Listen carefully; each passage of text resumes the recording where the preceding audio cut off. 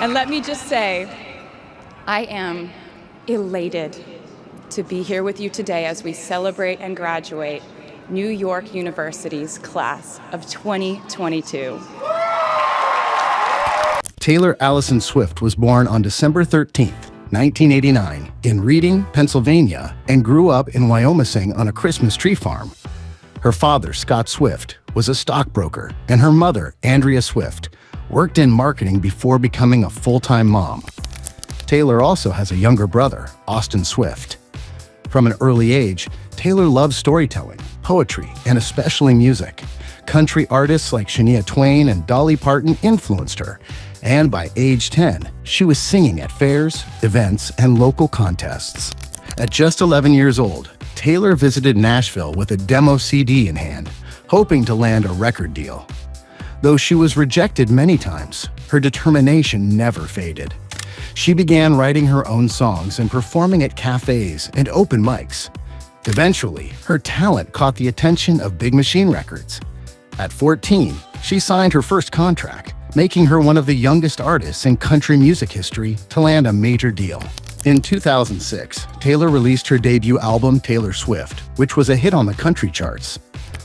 Songs like Tim McGraw and Teardrops on My Guitar introduced her heartfelt lyrics and storytelling voice.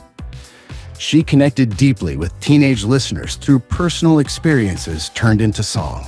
Her honest style and acoustic sound earned her growing attention and respect in both the country and pop communities. Taylor's second album, Fearless, came out in 2008 and took her to a new level. With hits like Love Story and You Belong With Me, she reached a global audience and crossed over into mainstream pop. Fearless became the best-selling album of 2009 in the US and won her 4 Grammy Awards, including Album of the Year. Taylor was no longer just a country artist, she had become a global sensation. With her 2012 album, Red, Taylor began blending pop, rock, and electronic sounds with her country roots. The album included hits like We Are Never Ever Getting Back Together and I Knew You Were Trouble. While not a full pop album, Red showed her musical growth and ability to evolve. It was emotionally rich and showed that Taylor wasn't afraid to take risks with her sound. In 2014, Taylor released 1989, her first official pop album. It was a massive success, featuring chart-topping hits like Shake It Off, Blank Space, and Style. She completely reinvented her image and sound, earning another Grammy for Album of the Year. The 1989 era was bold, confident, and full of energy, proving Taylor's ability to dominate any genre she chose. After media backlash and public feuds, Taylor stepped back and returned in 2017 with Reputation. This album was darker and more aggressive, exploring themes of image, revenge, and self-reflection. While it divided critics, it was commercially successful. She followed it up with Lover in 2019, which had a softer, romantic feel and was praised for its vulnerability.